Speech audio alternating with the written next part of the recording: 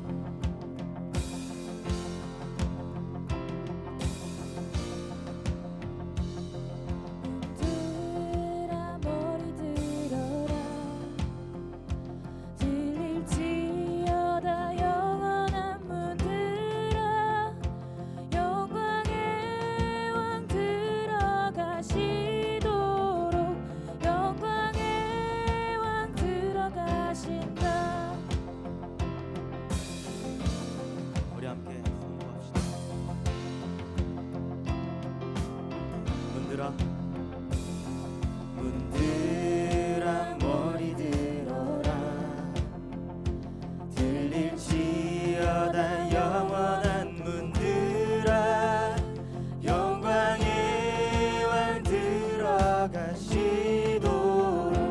영광의 왕 들어가신다. 영광의 왕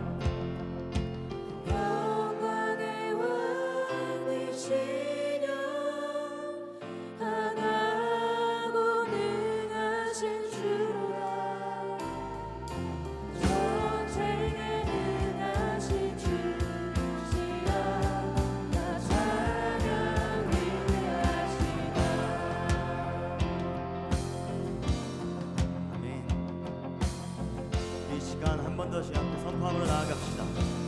문들아 머리 들어라 들릴지어다 영원한 문들아 영광의 왕 들어가시도록 영광의 왕 들어가. 한 번 더 고백합시다. 문들아 머리 들릴지어다 영원한 문들아 영광의 왕 들어가시도록 영광의 왕 들어가신다. 영광의 왕 영광의 왕이시여 강하고 능하신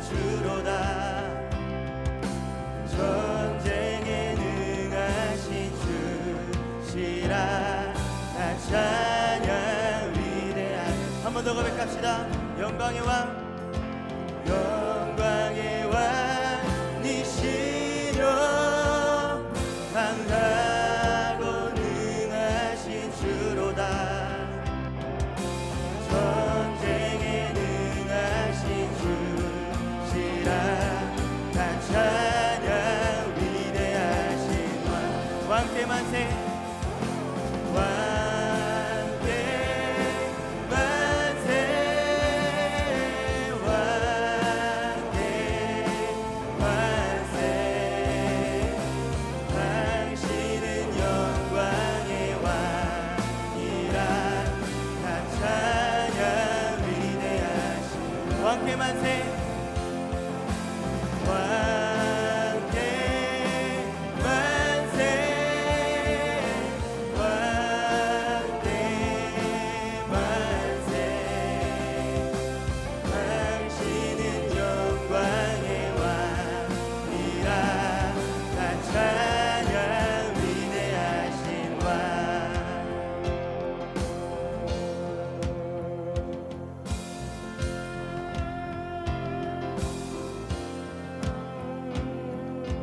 영광의 왕이시여 강하고 능하신 주로다 전쟁에 능하신 주시라 다 찬양 위대하신 왕께 만세 왕께 만세 왕께 만세 당신은 영광의 왕이야 다 찬양 위대하신 시간 마지막으로 고백합시다. 왕께 만세 왕께 만세 왕께 만세 아멘 당신은 영광의 왕이라 다 찬양 위대하신 왕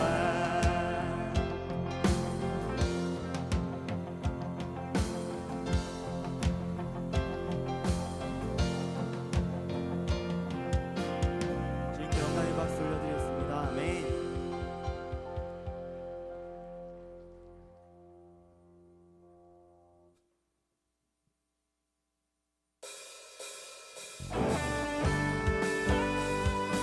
함께 이 시간 기쁜 마음으로 가장 생각하며 함께 고백하기 원합니다.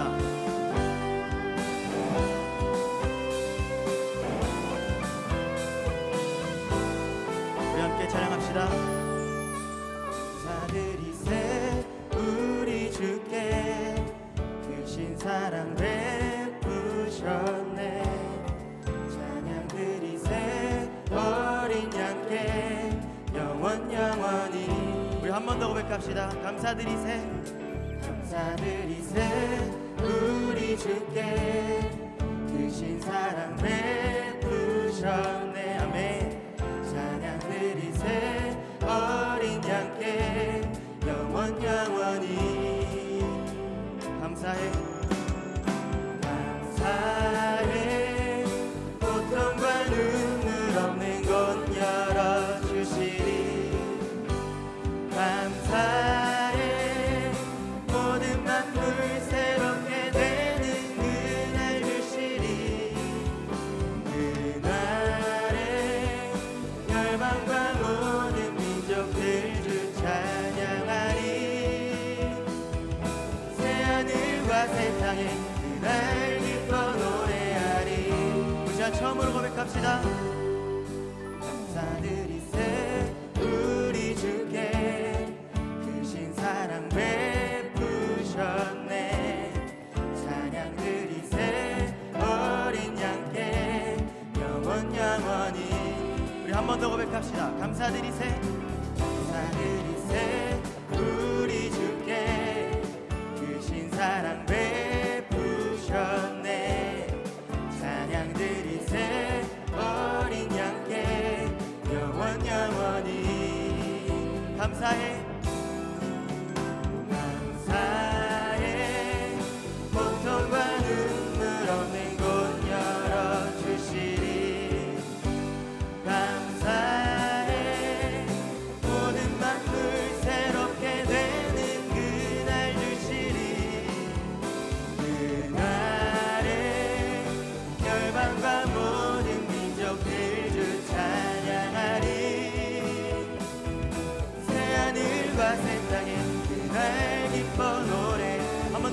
합시다. 감사해 감사해 고통과 눈물 없는 곳 열어주시리 감사해 모든 만물 새롭게 되는 그날 주시리 그날에 열방과 모든 민족들 주 찬양하리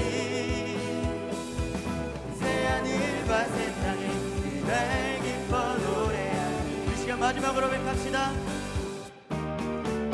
감사해 고통과 눈물 없는 곳 열어주시리 감사해 모든 만물 새롭게 되는 그날 주시리 그날에 열방과 모든 민족들 주 찬양하리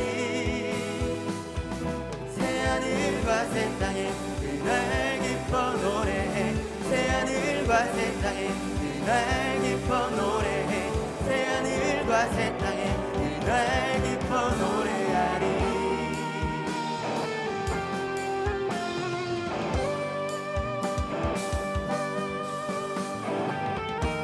우리에게 새날 허락하여 주시고 우리와 함께하여 주시는 주님께 영광의 박수 올려드리겠습니다. 아멘.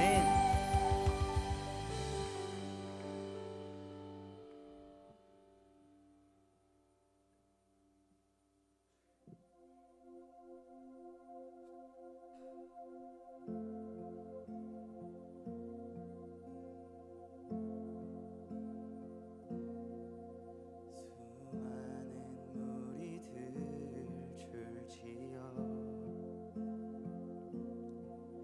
그분을 보기 위해 따르네 평범한 목수이신 그분 앞에 모든 무릎이 꿇어 경배하네 모든 문제들 하나하나 죽음까지도 힘을 잃고 생명의 근원 되신 예수 이름 앞에 모든 권세들 굴복하네 예수 이름 높이세 능력의 그 이름 예수 이름 높이세 구원의 그 이름 예수 이름을 부르는 자 예수 이름을 믿는 자 예수 이름 앞에 나오는 자 복이 있도다 우리 시간 2절의 가사로 함께 고백합시다. 나의 계획이 실패하고 나의 소망이 끊어질 때 나의 소망이 끊어질 때 삶의 주관자 되신 그분 앞에 나아갑니다. 삶의 주관자 되신 그분 앞에 나의 무릎을 꿇어 경배하네 나의 삶을 그분께 맡길 때 비로소 나의 마음 평안합니다. 비로소 나의 마음 평안해 아멘. 구원의 반석 되신 예수의 이름을 소리 높여 찬송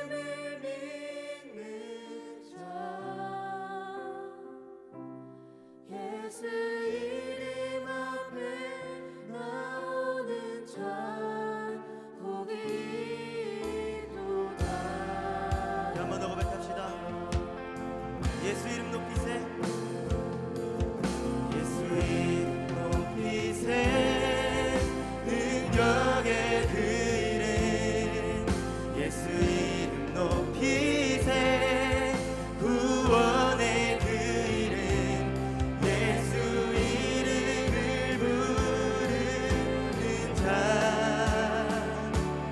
예수 이름을 믿는 자 예수 이름 앞에 나오는 자 복이 있도다. 이 시간 한 번 더 고백합시다. 예수 이름 높이세 예수 이름 높이세 구원의 그 이름 예수 이름 높이세 구원의 그 이름 예수 이름을 부르는 자 예수 이름을 믿는 자 예수 이름 앞에 나오는 자 복이 있도다. 이 시간 마지막으로 고백합시다. 예수 이름 높이세 예수 이름 높이세 능력의 그 이름 예수 이름 높이세 구원의 그 이름 예수 이름을 부르는 자 예수 이름을 믿는 자 예수 이름 앞에 나오는 자 복이 있도다. 우리 시간 목소리 높여 고백합시다. 주의 크신 이름 높이며 우리에게 행하신 위대한 일 감사하세 오 주의 신실하신 그 사랑 땅과 하늘 위에 계셔 홀로 영원하신 이름. 자 가장 생각하며 한 번 더 고백하며 나아갑시다. 주의 크신 이름 높이며 우리에게 행하신 위대한 일 감사하세 오 주의 신실하신 그 사랑 온 땅과 하늘 위에 계셔 홀로 영원하신 이름. 다 주의 크신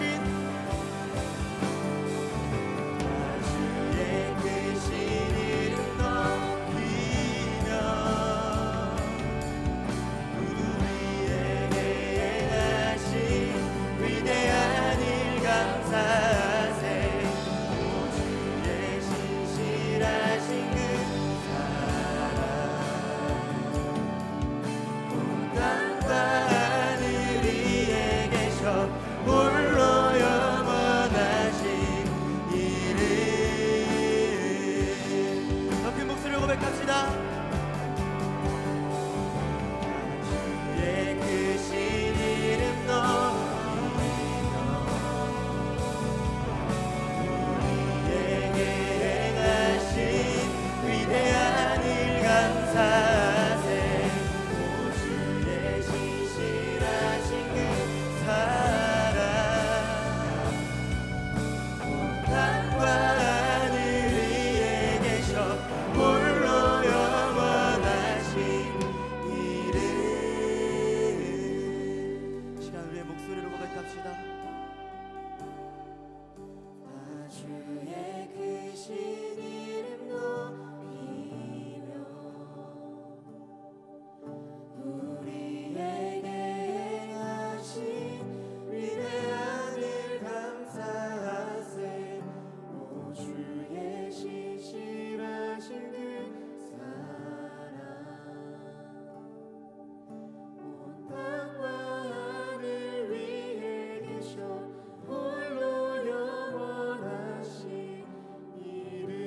시간 마지막으로 고백하며 나아갑시다. 전심으로 고백합시다. 나 주의 크신 이름 높이며 우리에게 행하신 위대한 일 감사하세. 오 주의 신실하신 그 사랑 온 땅과 하늘 위에 계셔 홀로 영원하신 이름.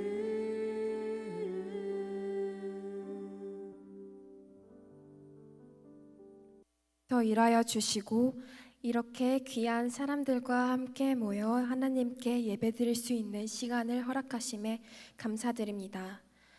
세상의 미련한 것들을 택하여 지혜 있는 자들을 부끄럽게 하시고 세상의 약한 것들을 택하여 강한 것들을 부끄럽게 하시는 하나님, 이곳 한동대학교의 학생들, 교수님들, 교목실과 교직원분들, 또한 지금 어디선가 한동대학교를 위해 기도하는 사람들 모두에게 하나님을 아는 즐거움과 평강을 더하여 주시고 약한 중에도 강하게 하셔서 세상이 모르는 하나님의 지혜를 부어주시며 감추어진 하나님 나라의 역사를 드러낼 수 있는 힘을 주세요. 각 사람들을 한동대학교에 부르신 크고 분명하신 뜻이 있을 줄을 믿습니다. 학생들이 한동대학교를 떠나 문화의 영역에서, 경영과 경제의 영역에서, 심리의 영역에서, 가정과 사회와 많은 영역에서 일할 때에 하나님의 복음을 가장 잘 전할 수 있는 곳으로 인도해 주시고 받은 하나님의 사랑을 베풀 수 있는 사람이 될 수 있도록 축복해 주세요. 3주차가 막 지나서 혼란스럽고 몸과 마음이 지쳐 위로를 원하는 사람들이 있습니다. 이 자리에 모인 모든 사람들을 창세 전부터 계획하셔서 이곳으로 인도하신 하나님, 우리 모두의 상황과 아픔을 헤아려 주시고 치유의 은혜를 허락해 주세요. 또한 이 땅 곳곳에서 복음을 전하는 선교사님들을 위해 기도합니다. 고아와 같이 버려두지 않고 너희에게 오리라 약속하셨던 그 말씀을 기억하셔서 선교사님들과 그 복음의 전도 지역에 거처를 함께하여 주시고 하나님의 평안을 선교지에 허락해 주세요. 세계에서 벌어지는 전쟁과 기근, 환난이 무엇을 의미하는지 저희는 아버지의 뜻을 온전히 알 수는 없지만 전쟁의 주인이신 하나님께서 그 어떤 곳에서든 아버지의 이름을 부르는 사람들의 소리를 외면하지 말아주시고 이러한 소환한 가운데 아버지를 믿는 사람들이 마음을 굳건하게 지킬 수 있도록 붙들어 주세요. 오늘 드려지는 예배가 감사로 드리는 제사가 되어 하나님을 영화롭게 하길 원합니다. 말씀을 전해주시는 목사님의 입술을 주관하여 주셔서 오늘의 예배가 하나님께 온전히 드려질 수 있게 해주세요. 31년 전에도 한동대학교에 역사하시고 31년 후에도 역사하실 것이며 오늘도 우리의 모든 것을 감찰하시고 이름을 부르시고 소명과 함께 보내실 하나님께 영광 올려드리며 예수님의 이름으로 기도드렸습니다. 아멘.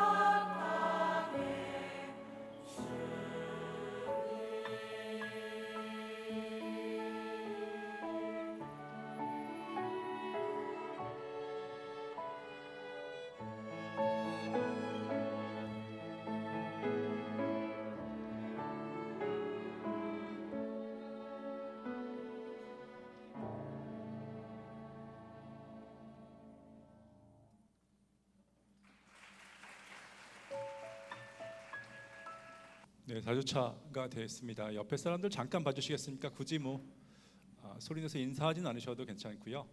누가 같이 예배를 드리는지는 확인하면 좋겠습니다. 살짝 눈인사를 해주시겠습니까? 고개 끄덕이시면 됩니다. 아시는 분도 계시고 모르시는 분도 계실 텐데 다 같이 하나님의 백성으로 예배를 드리는 사람들입니다. 제가 특별히 이렇게 새로 방문하신 그 명단이 없는데 물론 이제 팀과대 중에 한 명이 있긴 하지만 같이 환영의 찬양할까요? 저를 보지 마시고요. 좌우 옆 사람 봐주시면 좋겠습니다. 당신은 하나님의 언약 안에 있는 축복의 통로 당신을 통하여서 열방이 주께 우리 눈으로 한번 해볼까요? 우리는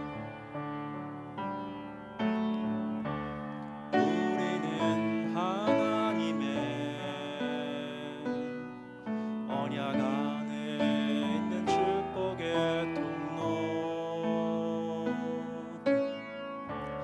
우리를 통하여서 열방이 주께 예배하게 되리. 주 안에서 여러분들 다시 한번 환영합니다. 네, 몇 가지 광고를 알려드리겠습니다. 주보 뒤에 보시면 몇 가지가 있는데요. 이번 주도 신앙공동체 모임이 있습니다. 그래서 예배 후에 그 신청하신 분들은 그 옆에 있는 별관 103호 노기석 교무실장님 연구실에서 같이 모임이 있습니다. 김만지 목사님께서 신앙 상담실을 운영합니다. 이렇게 시간을 보시고 그 오피스에 가면 이름을 적을 수 있거나 아니면 히스넷에 가서 신청을 하시면 혹시 여러 일들에 대해서 상담이 필요하면 또 상담을 받을 수 있을 것 같습니다. 그리고 매주 주일 저녁 학관 101호에서 PNS 말씀을 듣는 시간이 있습니다. 그래서 같이 가서 말씀을 들었으면 좋겠습니다. 그다음 한 가지 더 광고가 제게 왔는데요. 이번 6월달, 7월달 방학 때죠. 한 달 정도 태국의 대학생 관계 전도를 하기 위해서 단계 선교를 모집하고 있습니다. 1차를 마감했는데 그쪽 선교사님이 조금 더 와주셨으면, 조금 더 많은 사람이 와주셨으면 좋겠다라고 요청을 하신 것 같아요. 그래서 그 아울리치 단계 선교가 거기에 1년의 사역을 약간 좀 좋은 모습으로 만들 수 있나 봐요. 그래서 그렇게 부탁을 하셨고요. 그리고 회비를 조금 낮춰서라도 한 100만 원 정도로 줄여서라도, 크긴 하지만 줄여서라도 또 조금 더 광고를 해주시고 또 많은 사람이 올 수 있게 해주셨으면 좋겠다라고 요청이 왔습니다. 혹시 마음이 동하시면 신청을 하시고 또 시스넷 공지를 통해서 이렇게 신청을 해주셨으면 좋겠습니다. 오늘의 말씀을 같이 볼까요? 고린도전서입니다. 1장 18절부터 끝까지 같이 보도록 하겠습니다. 제가 한 절 읽고 여러분이 한 절 읽고 그렇게 같이 교독해서 보도록 하겠습니다. 고린도전서 1장 18절에서 31절입니다. 제가 먼저 읽겠습니다. 십자가의 도가 멸망하는 자에게는 미련한 것이요 구원을 받는 우리에게는 하나님의 능력이라.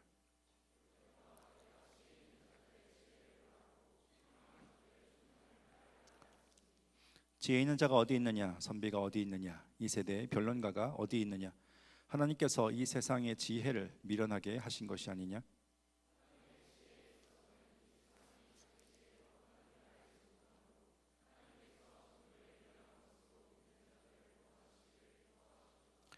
유대인은 표적을 구하고 헬라인은 지혜를 찾으나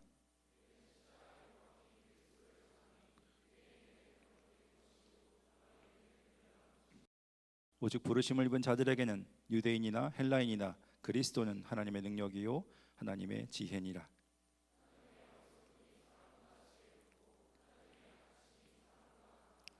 형제들아 너희를 부르심을 보라. 무육체를 따라 지혜로운 자가 많지 아니하며 능한 자가 많지 아니하며 문벌 좋은 자가 많지 아니하도다.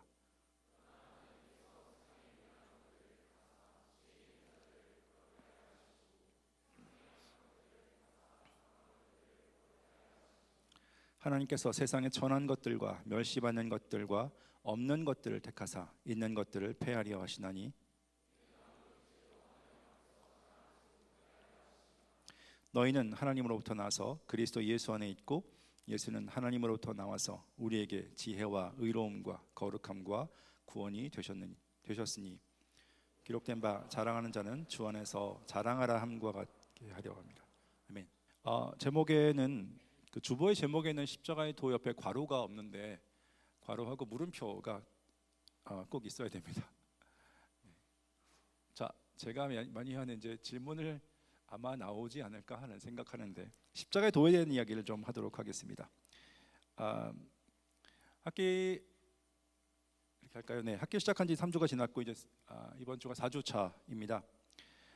계속해서 저희는 예수님의 고난과 십자가의 죽으심 그것을 40일 동안 기억하는 소위 사순절을 보내고 있습니다. 그러니까 주일날, 토요일날, 주일날 빼고 이렇게 40일입니다.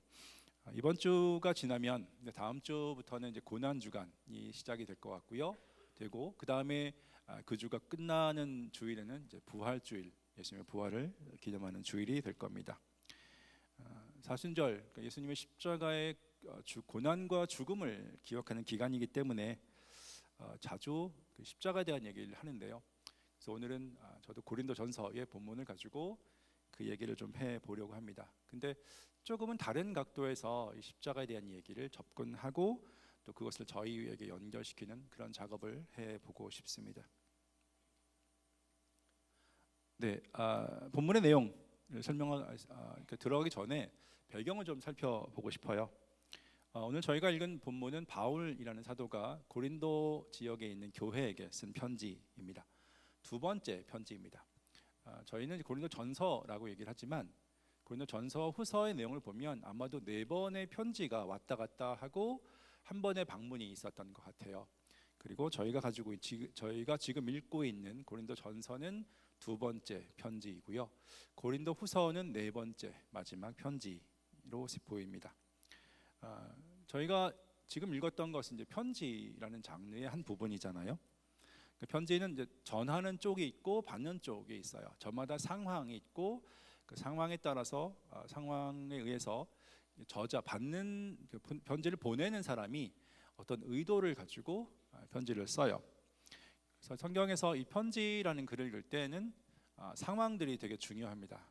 실제 역사적인 상황이 있고 또 실제로 그 교회에서 벌어지는 상황, 저자 쪽이나 아니면 그 받는 독자 쪽의 상황이 있고 그것을 배경으로 저자가 제시하는 그 주제를 굉장히 논리적인 글로 전달해서 상대방을 설득을 해야 되니까 문단을 구분하는 것과 논리 전개가 되게 중요합니다. 오늘은 이제 그런 식으로 본문을 설명하고 또 아까 말씀드렸지만 저희와 좀 연결시켜보는 그 작업을 좀 해보도록 하겠습니다. 이게 그 고린도를 포함한 지도입니다. 여러분 보시기에 왼쪽이 이제 튀르키아이고요. 로마의 그 명칭으로 본다면 아시아. 아시아라는 이름이 이제 로마 여기서 나오게 되었어요. 거기 수도가 에베소라는 지역이고요. 저희의 오늘 본문의 장소인 고린도는 좀 옆에 있습니다. 그러니까 그리스반도 끝자락에 아케이아라는 그 주인데요. 거기하고 밑에 필로폰네소스 반도 그 둘을 연결하는 그곳에 있습니다. 이 50년경이었을 것 같아요. 바울이 2번째 전도 여행을 하면서 이쪽 고린도에 들리게 됩니다. 짧게 들렸는데 거기서 전도하면서 교회가 세워집니다.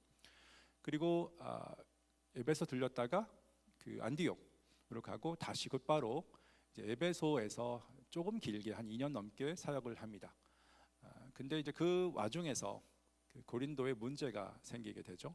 여러 이제 문제가 생겼고 그 문제를 해결하기 위해서 편지를 쓰기도 하고 바울이 방문하기도 하고 그런 과정들이 있습니다. 아까 말씀드렸지만 첫 번째 편지를 썼는데 잘 이해를 못했던 것 같아요. 그래서 2번째 편지 저희가 가지고 있는 고린도 전서 2번째 편지를 통해서 해결하려고 했는데 그게 잘 안 됐어요. 그래서 바울이 찾아가고 이것도 해결이 잘 안 됐어요. 그래서 3번째 아주 혹독한 편지, 눈물의 편지라고 하는 그거 써서 그들의 잘못에 대해서 호되게 질책을 하는 그 과정이 있고요. 그 다음에 그 상황이 해결돼서 네 번째 편지를 쓰는 게 고린도후서의 내용입니다. 이런 배경들이 있고요. 그 배경 속에 오늘 본문 바로 앞에 있는 구체적인 배경을 좀 살펴보겠습니다. 어떻게 보면 이제 10절부터 계속 읽는 것 같은 느낌인데 배경이니까 10절부터는 편지 본론의 시작입니다. 근데 첫 번째 시작을 분열이라는 표현으로 이야기를 해요. 아마 교회 안에 그 고린도 교회는 저희처럼 하나로 모여져 있는 이런 모습이 아니라 각각의 가정 교회들의 연합이었던 것 같기는 해요. 각각의 이제 가정 교회의 장이 있겠죠. 그 집의 가장이 되는 그 사람들을 중심으로 가정 교회들이 모여 있었고 그 가정 교회들을 서로 분열하고 경쟁을 하고 있었던 것 같기는 합니다. 그래서 누구는 나는 바울에게 있고 나는 아폴로에게 나는 베드로에게 있고 에이씨 나는 그리스도에 속한 사람이야 라고 할 정도로 저렇게 분쟁이 있었던 것 같기는 해요. 가정교회가 서로 그 경쟁 자체를 하는 게 아니라 자기가 속한 아니면 자기와 연줄이 되고 있는 그 윗선과 연결해서 자기를 높이는 거죠. 나는 바울과 관련이 있어. 그러니까 내가 더 훌륭해 우리 교회가. 아니면 무슨 소리야? 나는 아폴로에게 연결이 있어. 나는 그 베드로와 연결이 있어. 아니야. 나는 예수님과 직접적 연결이 있다니까. 이런 식으로 서로 연줄을 통해서 자기를 드러내고 그리고 가정교회에게 경쟁하는 그런 상황이었던 것 같아요. 바울이 얘기하죠. 야 그리스도가 나뉘었냐? 내가 침례줬냐? 라는 표현으로 이야기합니다. 그 당시 사람들은 누구에게 침례를 받는 것도 연줄의 한 과정으로 생각을 했었던 것 같아요. 내가 아폴로에게 침례 받았어. 그러니까 내가 훌륭하지. 무슨 소리야? 나는 베드로에게 받았다니까. 무슨 소리야? 난 예수님의 이름으로 이런 식으로 경쟁을 했었던 것 같아요. 그래서 바울이 나는 그런 경쟁의 의도로 교회를 세우지 않았다라는 얘기를 하고요. 생각해 보니까 자기가 침례를 준 사람이 있네요. 그리스도와 가이오. 그 외에는 내가 직접적으로 침례를 준 사람이 없는데, 그리고 그리스도와 가이오가 교회 분쟁을 일으키고 있는 건 아닌 것 같아요. 그러면서 바울이 얘기하죠. 야 내가 복음을 전한 건 침례라는 것을 통해서 세례 침례라는 것을 통해서 내 사람의 영향력들을 만들려고 한 게 아니었어 라고 얘기하고 복음의 내용과 복음 전도의 방법을 이야기합니다. 그래서 복음의 내용을 이야기하는 것이 오늘 저희가 읽었던 18절에서 31절 내용이고요. 복음을 전하는 방식이 2장에 나옵니다. 자, 이런 배경 속에서 이제 오늘의 본문을 좀 보도록 하겠습니다. 그냥 그러려니 하고 이런 내용이구나 라고 생각을 하시면 됩니다. 그게 두 부분으로 구분할 수 있습니다. 하나는 하나님의 구원 방식, 복음 안에 있는 하나님의 구원이 뭐냐라는 것이고요. 그리고 또 하나는 그 구원이 구체적으로 어떤 모습으로 전개가 됐느냐를 독자라는 너희 2인칭 복수 대명사를 통해서 구체적인 예를 드는 그런 방식으로 설명을 합니다. 하나씩 짧게 보겠습니다. 1장 18절은요. 이제 어떻게 보면 주제를 제시하는 거죠. 십자가의 도라는 표현으로 합니다. 도는 이제 헬라어 로고스라는 말인데 여러 의미가 있어요. 굳이 제가 번역을 하면 십자가에 대한 원리 이렇게 이해해도 괜찮을 것 같습니다. 십자가에 대한 원리가 멸망하는 자에게는 되게 미련한 거야. 하지만 구원을 받는 우리에게는 하나님의 능력이야 라는 거죠. 십자가에 대한 두 가지 반응이 있다라는 것을 주제로 쭉 제시를 합니다. 하나는 굉장히 어리석은 것으로 치부하는 것이고요. 또 하나는 그럼에도 불구하고 하나님의 진짜 능력, 이 대조, 십자가의 두 반응, 이것을 하나의 원리로 툭 제시하고 이제 그것에 대한 구체적인 설명들을 진행합니다. 이사야서 29장 14절 기록된 바라는 내가 지혜인 자들의 지혜를 멸하고 총명한 자들의 총명을 패한다 라는 말씀처럼 야, 이 땅에 진짜 지혜로운 사람이 있니? 이 땅에 서기관들이 있니? 선비라고 했는데 서기관이 더 좋을 것 같고요. 이 세대에 변증가가 있니? 야, 세상이 말하는 그 변증가로 하나님을 알 수 있어? 하나님이 보이지 않으시면 안 된다니까. 근데 하나님이 당시의 뜻을 보이는 것이 정말 미련하다고 생각되어진 십자가야. 그것으로 사람을 구원하기를 하나님이 기뻐하셨다니까 라고 얘기하죠. 세상 보기에 하나님의 방법은, 하나님의 원리는 정말 미련하지만 그러나 그것으로 하나님께서 사람을 구원하실 기뻐했다니까. 그리고 또 예를 조금 더 들어요. 유대인은 표적을 구하고 헬라인은 지혜를 구해요. 이 자체가 문제가 있는 건 아닙니다. 나중에 조금 더 설명을 드리겠지만, 표적을 구한다는 게 뭐냐면 어떤 사람이 무슨 얘기를 해요. 그러면 그 사람이 진짜 하나님의 사람인지 아닌지 검증하라는 이야기입니다. 신명기에 이거 아주 강조해서 나옵니다. 저도 두 부분에 있어서 강조를 해서 꼭 분별해. 진짜 그 사람이 하나님의 사람인지 아닌지 표적을 보고 확인해. 이런 얘기입니다. 나쁜 게 아니에요. 헬라인은 지혜를 구한다. 플라톤의 철학 관련해서 지혜, 철인이 굉장히 중요하겠죠. 사실 이 자체는 문제가 아닙니다. 근데 그 사람들 보기에 십자가는 진짜 표적이 아니에요. 십자가는 진짜 바보 같은 거예요. 그렇다는 거죠. 그러니까 하나님의 방법하고 또 사람들의 방법이 다른다라는, 뭐가 참 표적이고 뭐가 참 지혜냐라는 이야기를 하는 겁니다. 그래서 결국 하나님의 방식이 맞지 않니? 라고 제안을 하는 거죠. 이제 그것에 대해서 구체적으로 2인칭 복수 지시요. 그러니까 너희라는 것을 통해서 구체적인 예를 듭니다. 너희가 증인이잖아. 하나님께서 너희를 구하실 때 세상의 관점으로 화려한 사람이야? 세상에 보기에 놀라운 사람이야? 아니잖아. 너희를 구원하신 그 방법은 다르잖아 라고 독자들에게 이야기를 하고 있는 겁니다. 그리고 조금 더 부연 설명을 하죠. 하나님께서 세상에 보기에 정말 미련하고 없는 것 천한 그 사람들을 통해서 오히려 그들을 구원하신 것, 그게 하나님 방법 아니야? 왜냐하면 아무도 내가 했어, 나니까 가능하지 라는 그런 얘기를 못하도록 하나님의 은혜네 라고 얘기할 수 있는 그런 방식으로 하지 않았어? 라고 설명을 하는 거죠. 그리고 그 결과가 다시 너희라는 2인칭 복수 형태로 설명을 하죠. 너희는 하나님께로 나와서 예수 그리스도 안에 있고, 예수님은 하나님을 통해 나와서 우리에게 진짜 지혜, 하나님과의 관계에 충실하게 되는 의로움, 진짜 거룩함, 그 구원, 그분이야. 그게 예수님의 십자가 아니겠어? 그러니까 사람 자랑하지 마. 자랑은 주 안에서 주만 자랑해 라는 이야기, 그게 오늘의 본문의 이야기입니다. 자세하게 설명을 드릴 시간 없고 이런 이야기입니다. 자, 이제 이것을 가지고 몇 가지 질문을 통해서 제가 준비한 것들을 나누도록 하겠습니다. 첫 번째 질문 이겁니다. 왜 바울이 십자가의 도와 세상의 지혜에 대한 이 대조를 이렇게 조금 길게 장황하게 설명을 하고 있을까라는 질문입니다.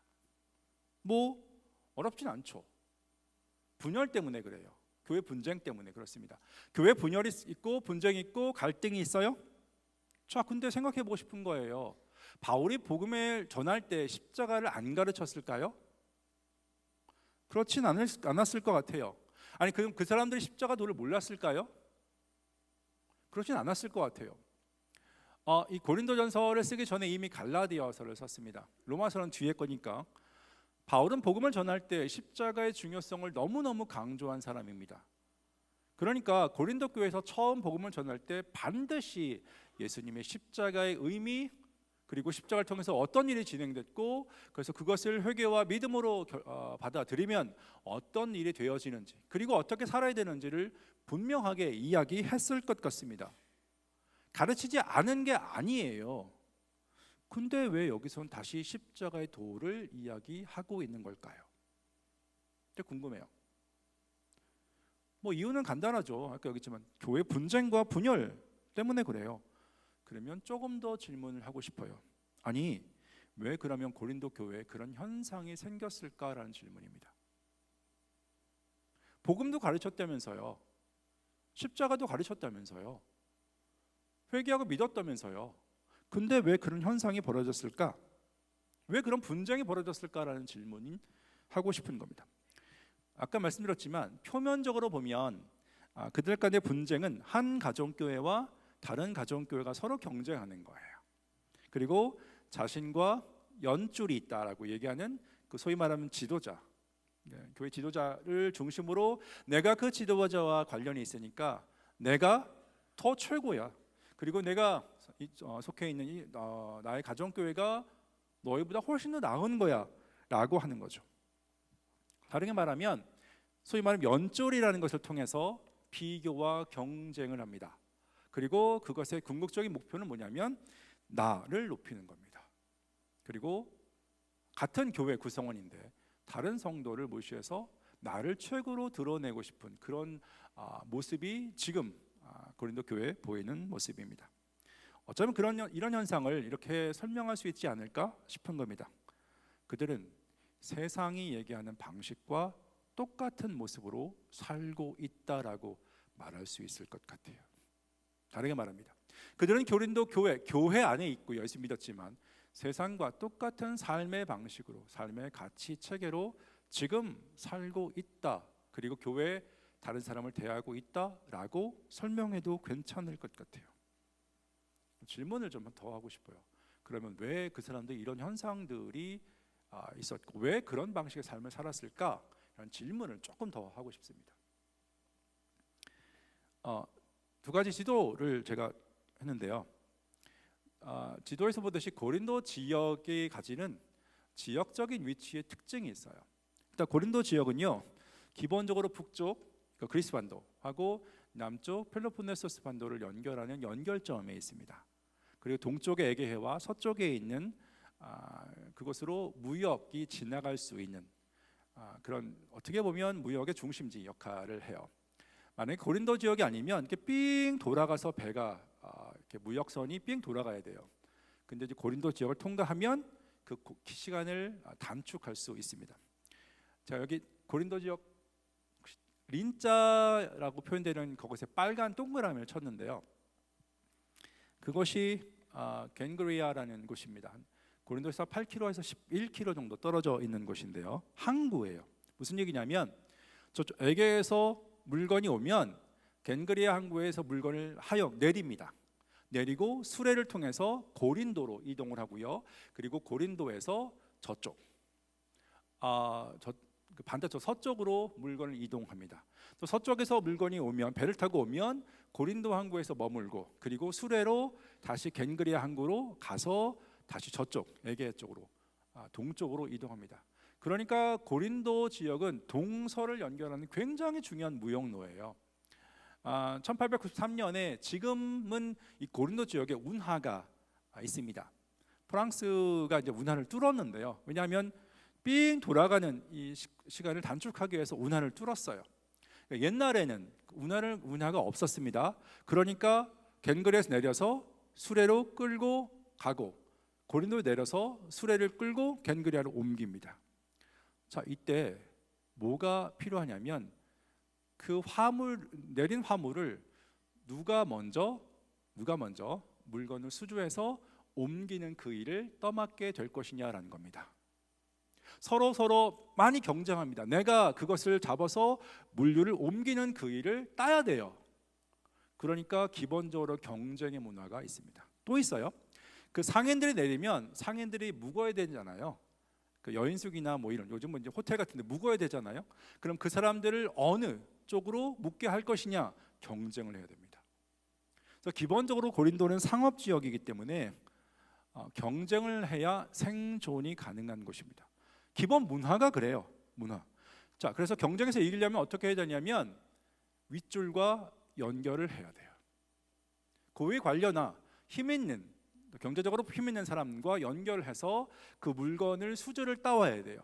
그래서 그 물건을 옮기는 그 일을 내가 맡아야 돈을 벌게 되고 생존하고 번영하고 부하게 잘 살 수 있는 가능성이 많아집니다. 이게 고린도 도시의 특징이에요. 그러니까 그 사람들은 기본적으로 모든 삶의 모습을 경쟁으로 봅니다. 그래야 생존하니까. 그리고 그것을 통해서 줄을 타야 돼요. 그리고 그 모든 것의 그 궁극적인 종점이 어디 있냐면 나의 이익을 극대화시키는 모습입니다. 이게 고린도 지역에서의 특징입니다. 자, 문제는 이런 분위기가 교회에 여과 없이 그대로 들어왔다라는 겁니다.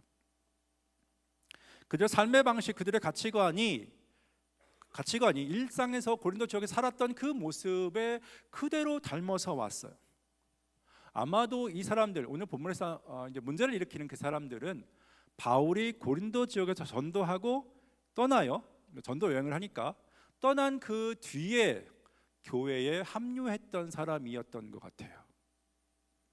자, 그 사람, 특별히 바울이 에베소 지역에서 사역을 했을 때 합류를 했었던 사람이었던 것 같습니다. 이들은 교회에 있어요. 그런데 세상에서의 사고방식과 세상에서의 가치 체계와 세상에서의 삶의 철학을 그대로 교회에 답습하고 있습니다. 그 외 신앙이라는 이름을 덧붙이고 믿음이라는 이름을 덧붙이고 예수님이라는 이름을 덧붙이고 하나님이라는 이름을 덧붙이고 있습니다. 그렇다고 이들이 예수님 안 믿는 거 아니에요. 예수 믿습니다. 십자가를 통한 죄 용서하고 또 구원을 모르는 것이 아닙니다. 압니다. 믿습니다. 기도 안 했다? 아니요. 기도 정말 열심히 했어요. 그 고린도 교회에는 성령의 나타나심이 정말 왕성했거든요. 기본적으로 성령의 나타나심이 왕성한 사람들 기도 진짜 열심히 합니다. 뭐 상관성이 있어요. 기도 열심히 했겠죠. 다르게 말하면 이들의 종교 활동 정말 열심히였다라는 겁니다. 성령의 은사 선물도 굉장히 많았고요. 예배 때마다 방언과 찬양, 통성기도 넘쳤겠죠. 넘쳤을 겁니다. 예배 때마다 예언하는 거 넘쳤을 것이고요. 그리고 교회를 향한 헌신, 열정 넘쳤겠죠. 왜냐하면 서로 경쟁할 정도로 그렇게 헌신이 열심히 없었으니까. 요즘 우리식으로 본다면 살아있는 교회 아닐까요? 예배 정말 살아있는 것 같아요. 정말 뜨겁게 예배드립니다. 기도 정말 열심히 합니다. 그리고 헌신 봉사 정말 열심히 합니다. 전도 안 했을까요? 아니죠. 이런 사람이 열심히 없었을 리가 없어요. 정말 전도 열심히 했었을 것 같습니다. 뭐 하나 부족한 건 없는, 정말 종교적인 모습에서는 정말 부족한 건 없는, 어쩌면 저희들의 교회가 지향하고 있는 모습을 닮아 있는 거 아닌가요? 소위 살아있는 교회, 생명력 있고 왕성하게 움직이는 교회라고 생각할 수 있을 모습입니다. 근데 한꺼풀 툭 들어가면 이들이 생각하는 것은 세상이 얘기하는 것과 똑같은 사고방식을 가지고 있어요. 이들이 생각하는 삶의 원리는 세상이 지향하고 있는 것과 똑같은 모습을 가지고 있습니다. 예수님 안 믿는 게 아닙니다. 십자가 모르는 게 아니에요. 그럼에도 불구하고 이들은 세상의 가치 체계와 동일하게 삽니다. 회개와 믿음을 모르는 것도 아닐 것 같아요. 문제는 무엇을 회개하느냐는 거죠. 믿음을 얘기합니다. 무엇을 믿느냐라는 그 내용이 중요합니다. 성경에서 말하는 죄는요, 단순히 어떤 행위적인 모습을 돌이키는 그런 차원의 문제가 아니에요. 1차적으로요, 자기 사고 체계, 이 가치 체계, 세계관 속에서 창조주의 관계를 어떻게 설정하고 규정하느냐, 여기서 시작을 합니다. 그러니까 자기의 모든 가치 체계 속에서, 사고 체계 속에서 하나님 창조주와의 관계를 빼고 자기와의 관계만으로 설정하는 것을 죄의 시작이라고 얘기합니다. 그리고 자기를 중심으로 하는 그 생각, 사고 체계를 결정을 삶으로 표현해요. 그것을 죄악이라고 이야기합니다.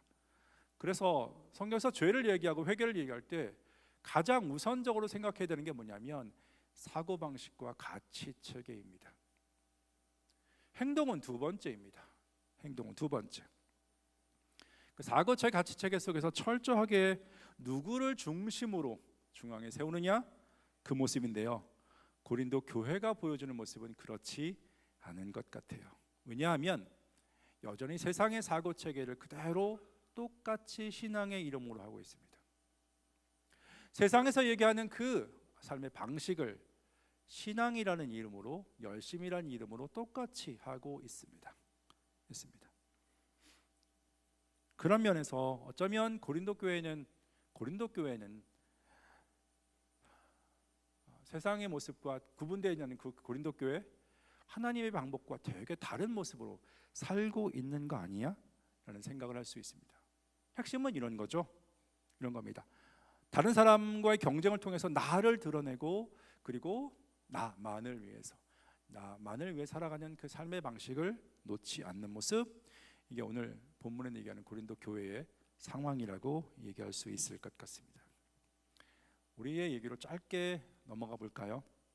어쩌면 저희 기독교 교회도, 저희 한국 교회도 이것과 다르다라고 자신 있게 얘기할 수는 없을 것 같아요. 90년대 한국 교회가 정점이었을 때 교회의 여러 가르침들을 보면 죄에 대해서 이렇게 사고체계, 가치체계 그 중심에 누구를 두고 다르게 생각하느냐 그런 쪽으로 이야기하지는 않은 것 같아요. 많은 경우는 행위, 행동, 그다음에 경건 생활을 얼마만큼 잘했느냐 못했느냐 그것을 가지고 평가했었던 것 같은 느낌이 있습니다. 그래서 종교 생활은 정말 열심인데 삶의 방식과 또 가치 체계는 세상의 것과 전혀 구분되지 않는 모습이 많이 있었다라는 겁니다. 그렇다고 교회에서 열심히 없느냐? 아니, 그건 아닙니다. 정말 열심히 했습니다. 그럼에도 불구하고 삶이 이중적인 모습은 저희 교회가 보여지는 아픔이라고 얘기할 수 있을 것 같아요. 세상에 보여주는 그 가치 체계와 별로 구분되지 않는 삶의 모습이 있습니다. 열심과 비교와 경쟁의 경쟁을 통해서 그 연주를 통해서 나를 드러내고 우리를 드러내고 우리 교회를 드러내고 우리의 공동체를 드러내고 싶은 그 열심, 기독교 교회에 있었다니까요. 그리고 지금도 있습니다.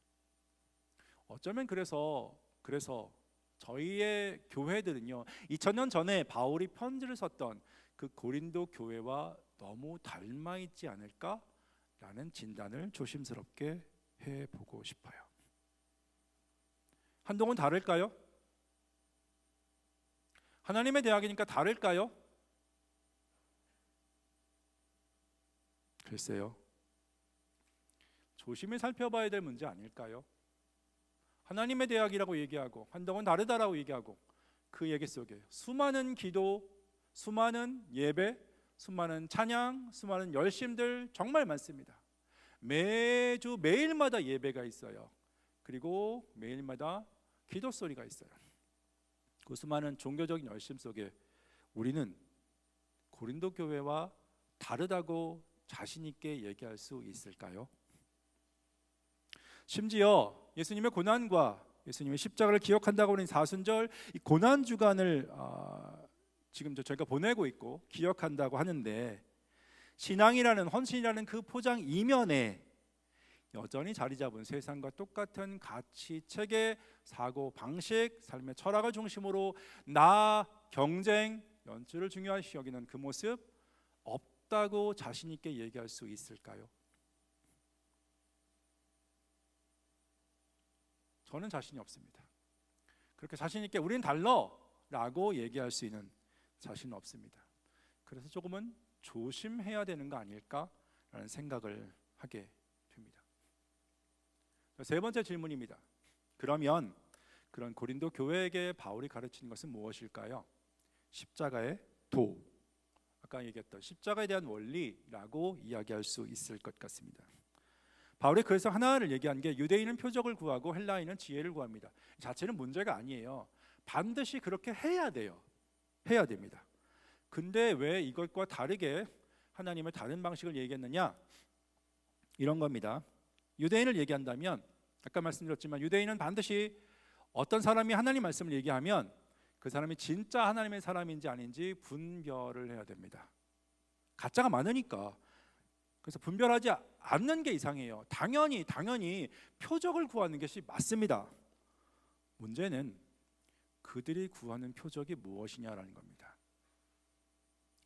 하나님은 예수 메시아를 통해서 표적을 드러내십니다. 그런데 그 표적이 자기들이 생각하는 표적이 아니에요. 하나님의 예수님을 나무 십자가, 하나님의 저주의 상징인 나무 십자가를 통해서 사람들의 죄 문제를 해결하고 하나님과의 관계를 연결하는 그 과정을 했는데 그게 유대인들이 기대하는 표적이 아니었어요. 그들이 기대하는 표적이 뭐냐면 영광스러운 왕이에요. 자신이 생각하는 위대한 메시아는 그런 모습이 아니어야 돼요. 로마의 압제에서 해방시키고 자기를 배부르게 하고 이 땅에서 평안하게 하고 이 땅에서 행복하게 살아가는 그 일을 만들어줄 그 위대한 군주, 위대한 왕으로서의 표적을 보여야 돼요. 근데 찌질하게 십자가에서 죽었어? 그건 자기들 생각하는 표적이 아닙니다. 아니, 그들이 원하는 표적이 아니에요. 헬라인 볼까요? 사형수로 죽은 그 사람이 어떻게 구원자가 될 수 있겠습니까? 적어도 진짜 구원자가 되려면 자기가 존경할 만한 모습이 있어야 되는 거예요. 그렇지 않으면 어리석다라고 생각을 하겠죠. 무슨 얘기냐면 표적을 구하는 것이나 지혜를 구하는 것 자체가 문제가 아닙니다. 근데 바울이 이것을 두 개를 대조한다는 건 뭐냐면 그들은 자기가 가지고 있는 사고 체계에서 하나님의 방식을 재단하는 겁니다. 하나님은 이래야 돼, 이렇게 해야 그분의 일하심이야 라고 잰다라는 겁니다. 철저하게 아전인수, 자기를 중심으로 하는 것입니다. 바울은 다르게 말합니다. 십자가는 달러. 십자가의 세상의 초점은 나만을 위한 거라면 십자가는 하나님의 관점은 다르다는 겁니다. 그리고 십자가의 핵심은 뭐냐면 하나님께서 사람을 얼마나 귀하게 여기신지를 드러낸 것, 그것이 십자가의 핵심입니다.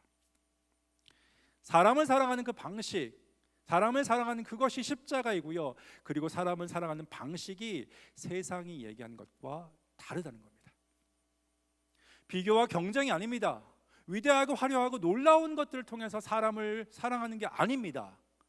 하나님의 방법은 달라요.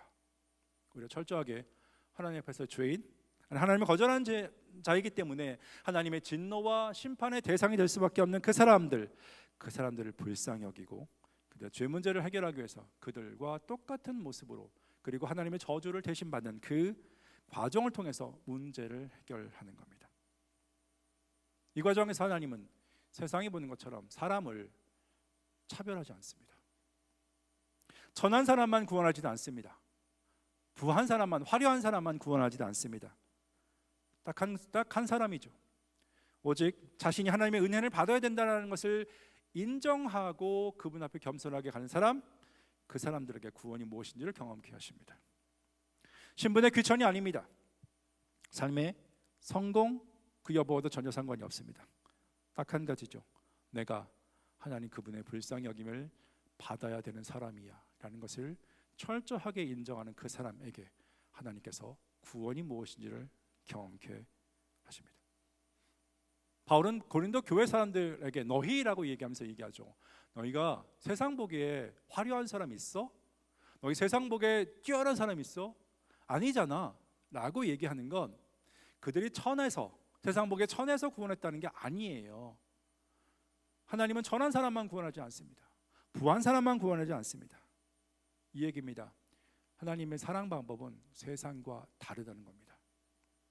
사람을 귀하게 여기시지만 그러나 그것을 표현하는 방법이 세상과 다르다니까, 그 얘기.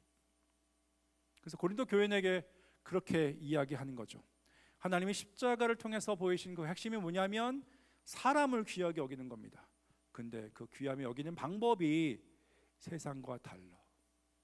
그 방법을 따라야 되는 거 아니야? 라고 얘기하죠. 이런 면에서 십자가의 도, 오늘 본문에 나온 것은 이렇게 정리할 수 있을 것 같습니다. 하나님의 방식으로 사람을 사랑하는 원리. 다시 말씀드립니다. 십자가의 도, 오늘 본문에 나온 얘기를 본다면 하나님의 방법으로 사람을 사랑하는 그 원리를 십자가의 도라고 얘기할 수 있을 것 같습니다. 이것이 진짜 하나님을 사랑하는 모습입니다. 그리고 이것이 진짜 하나님을 섬기는 모습이라고 이야기할 수 있습니다. 그래서 우리가 하는 모든 신앙생활들, 우리 열심과 방향과 내용이 여기에 맞춰 있어야 합니다. 다시 말씀드립니다. 하나님의 방법으로 사람을 사랑하는, 그리고 사랑하며 살아가는 원리, 그것이 십자가의 도입니다. 자, 그럼 우리는 어떻게 하면 좋을까요? 짧게 말씀드리고 이야기를 정리하도록 하겠습니다. 그럼 우리는 어떻게 할까요? 십자가의 바른 원리, 하나님이 사람을 귀하게 여기신 것, 세상의 방식과는 다른 방식으로 사람을 대한다라고 얘기한다면 우리는 어떻게 이것에 응답하며 살 수 있을까요? 첫 번째, 세 가지 말씀을 짧게 드리고 싶은데, 첫 번째는 이겁니다. 하나님이 나를 어떻게 대하시는지 그거 확인하고 배우십시오. 다시 말씀드립니다. 하나님이 나를 어떻게 대하시는지 그거 확인하고 배우십시오. 하나님은 사람을 차별하지 않습니다. 분명합니다. 그러나 그분이 사람을 대하는 사랑의 표현 방식은 사람마다 다릅니다. 사람마다 다릅니다. 왜? 각 사람이 다르잖아요. 다릅니다. 하나님 우리 각 사람을 너무도 잘 아세요. 그래서 각 사람에게 적절한 방법으로 당신이 얼마나 귀하게 여기신지를 보여주십니다. 문제는 우리가 비교와 경쟁으로 하나님께서 우리를 사랑하시는 방법으로 기대한다라는 겁니다. 하나님 이렇게 해주셔야 되는 거 아닙니까? 하나님 저 사람과 다르게 이렇게 해주셔야 되는 거 아닙니까? 아니 적어도 저 사람만큼은 해주셔야 되는 거 아닙니까? 라는 우리의 방식으로 하나님께서 우리를 대하시는 방식을 재단합니다. 그래서 하나님 저 사람에게 능력, 놀라운 기적을 행하셨으면 저는 왜 없어요? 라고 얘기하는 방식, 그게 우리의 인지상정인 것 같아요.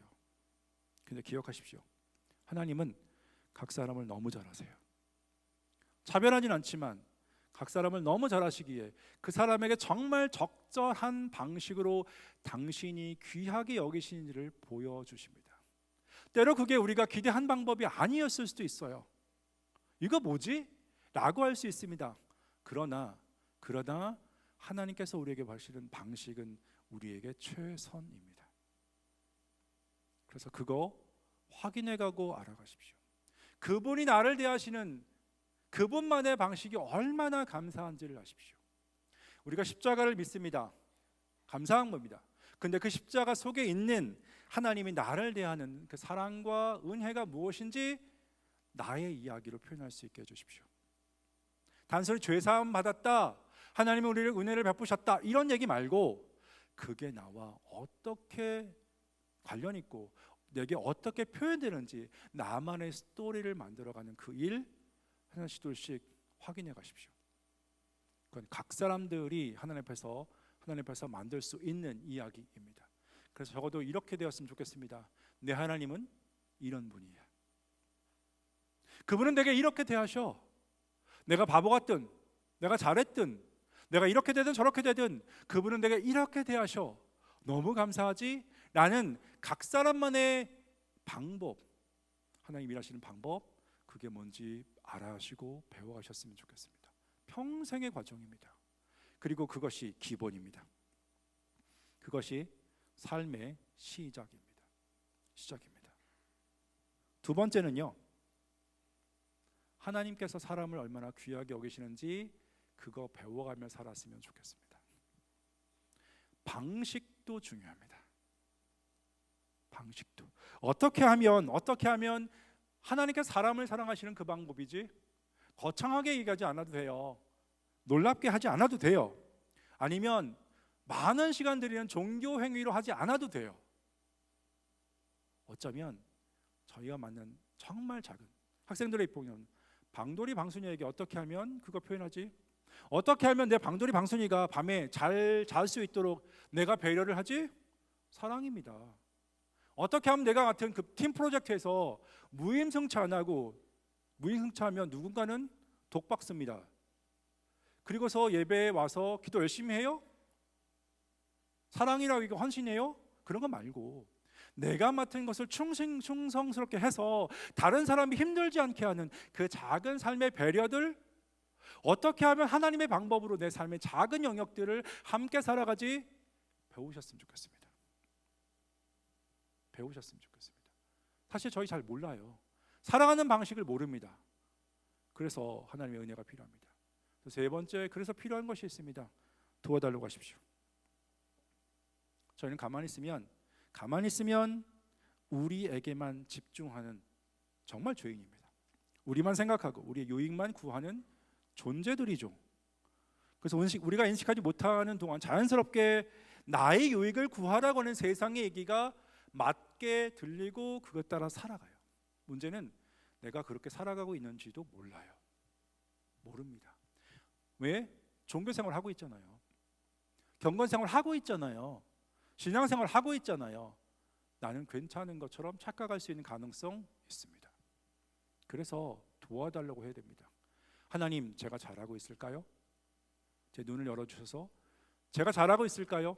보여주십시오. 필요합니다. 그리고 주님, 당신의 방법을 따라서 사람을 사랑하는 게 무엇일까요? 모르겠는데 도와주세요. 필요합니다. 필요합니다. 저희는 그분 의지에 살아가야 됩니다.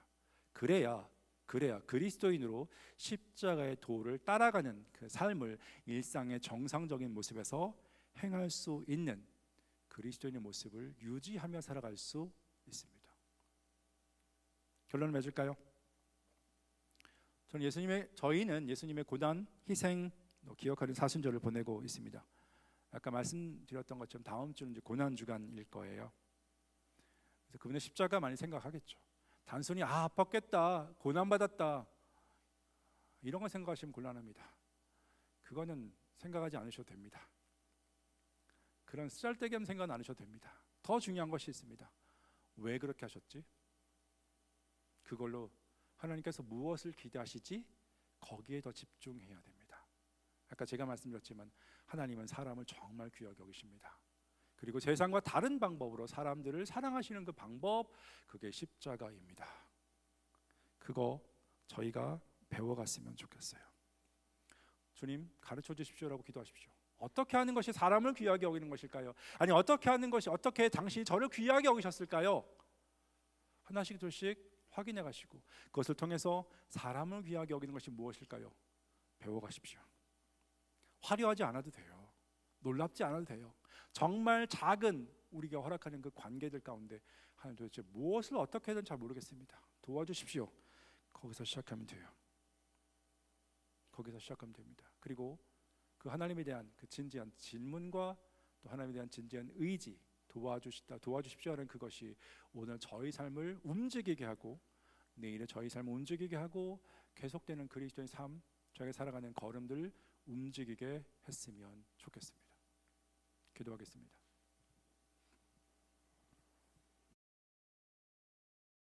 잠깐 기도하는 시간을 좀 드렸으면 좋겠습니다.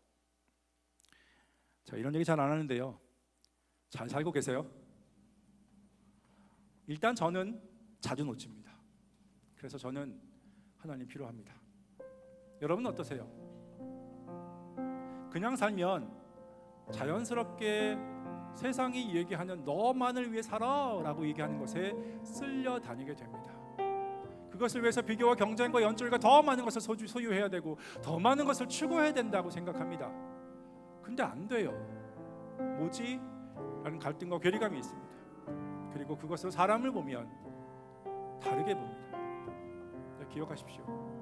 주님은 저희를 그렇게 대하지 않으십니다. 그리고 사람을 그렇게 대하지 않는다라는 것도 가르쳐 주십니다. 어떻게 살고 싶으십니까? 어떻게 여러분 삶을 만들어 가지고 싶으십니까? 잠깐 기도로 그 고백을 드려보진 않으시겠습니까? 기도하겠습니다.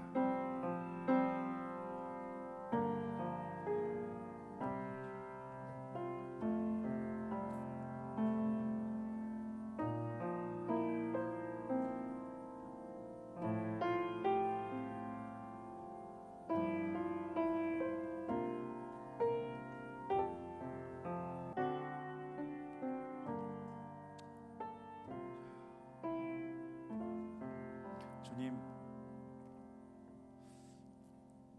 돌이켜보면 고린도 교회의 모습하고 저희 모습이 다르지 않은 것 같습니다. 저희들의 교회 공동체의 모습과 또 고린도 교회의 모습과 다르지 않는 것 같습니다. 다르지 않다고 얘기하고 싶은데 한꺼풀 벗겨보면 똑같지 않을까라는 인식을 할 수밖에 없습니다. 주님, 그래서 당신의 은혜가 필요합니다. 주님, 저희들 생각하는 방식을 바꿔주시고 사람을 대하는 방식을 바꿔주시고 세상을 대하는 그 가치체계 생각의 틀을 바꿔주셨으면 좋겠습니다. 당신을 더 많이 가르쳐주시고 더 많이 알려주십시오. 주님, 당신이 세상을 어떻게 대하시는지, 사람을 어떻게 대하시는지, 그리고 나를 어떻게 대하시는지 더 많이 배워가서 주님, 당신의 사람으로 바르게 걸어갈 수 있도록 도와주시기를 기도합니다. 그리고 그것을 저희 작은 삶의 모습으로 표현하며 드러내며 살아가는 저희 작은 꿈틀림의 모습이 될 수 있도록 도와주십시오. 잘 안 됩니다. 그래서 당신의 은혜가 계속 필요합니다. 저희도 당신을 정말 겸손하게 구하고 찾고 그리고 살아가는 저희들의 모습 놓치지 않게 도와주시기를 기도합니다. 예수님의 이름으로 기도했습니다. 아멘. 다 같이 일어나셔서 찬송가 같이 부르시고 제가 축도함으로 예배를 마치도록 하겠습니다.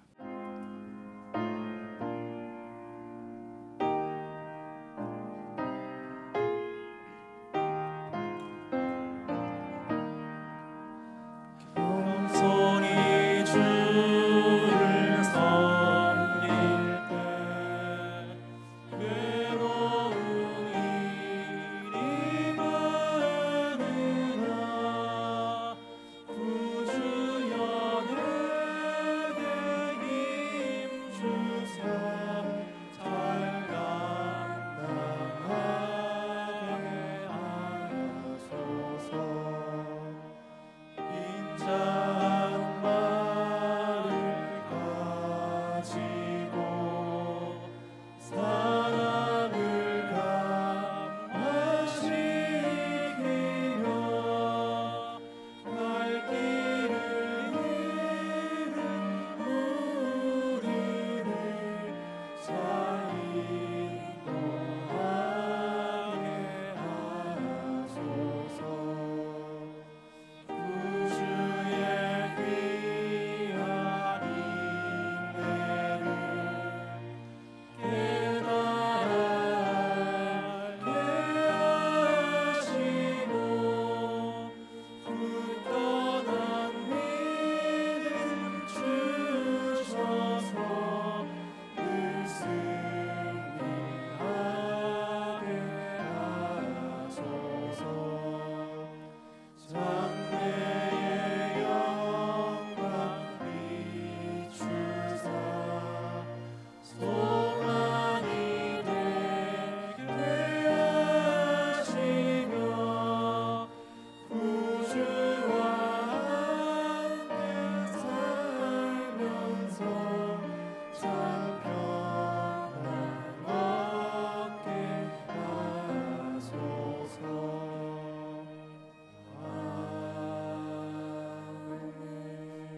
기도하겠습니다. 주님 이 찬송가 가사처럼 그렇게 살아갈 수 있도록 도와주십시오. 정말 겸손히 주님과 함께하며 하나님 당신께서 사람을 귀하게 여기시는 그 초점을 놓치지 않고 당신의 방법을 따라 사람을 귀하게 여기는 우리의 삶의 걸음이 되기를 다시 기도합니다. 주님께서 저희의 모든 것들의 주인이시기에 저희가 삶의 작은 것으로 다시금 그것을 표현합니다. 사실 물질들인 것을 넘어서 주님 저희의 삶과 또 관계와 시간의 모든 것 하나님 당신의 주인이라는 것을 인정하며 살아갈 수 있도록 도우시기를 기도합니다. 지금 저희를 참 사랑하셔서 이 땅에 오신 예수 메시아의 은혜와 아들을 보내셔서 우리를 얼마나 귀하게 여기신 것을 보이시는 하나님의 사랑과 우리 안에서 당신의 사람으로 조금씩 아름답게 만들어 가신 성령님의 일하심이 하나님께서 사람을 어떤 방법으로 사랑하는지를 더 배워가고 그것에 따라서 세상과 다르게 살기를 다짐하는 여기는 모든 당신의 백성들 위해와 한동과 한국의 교회들 위해 이제부터 영원토록 함께 하시기를 간절히 축원하옵나이다. 아멘.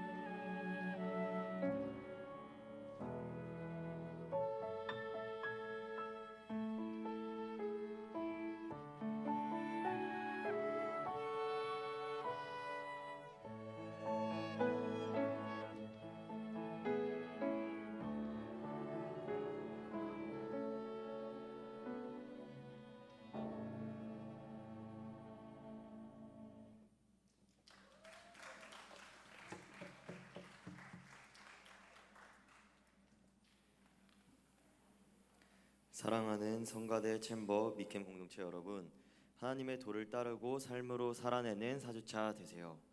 하나, 둘, 셋. 사랑하는 성가대 챔버 미캠 공동체 여러분, 하나님의 도를 따르고 삶으로 살아내는 4주차 되세요.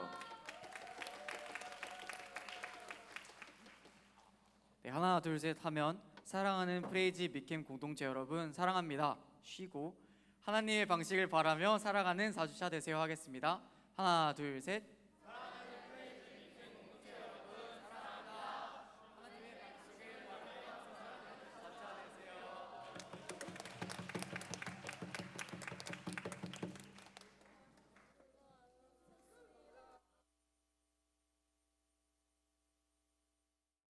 반갑습니다. 하나님 아버지, 오늘도 이렇게 주일 예배를 미캠으로 다 같이 섬길 수 있게 해주심에 감사합니다. 오늘 예배 잘 드릴 수 있도록 해주시고, 또 촬영이 아닌 예배가 저희의 본분임을 잊지 않고 오늘 예배도 잘 드릴 수 있도록 해주세요. 이며 예수님 이름 기도드립니다. 아멘.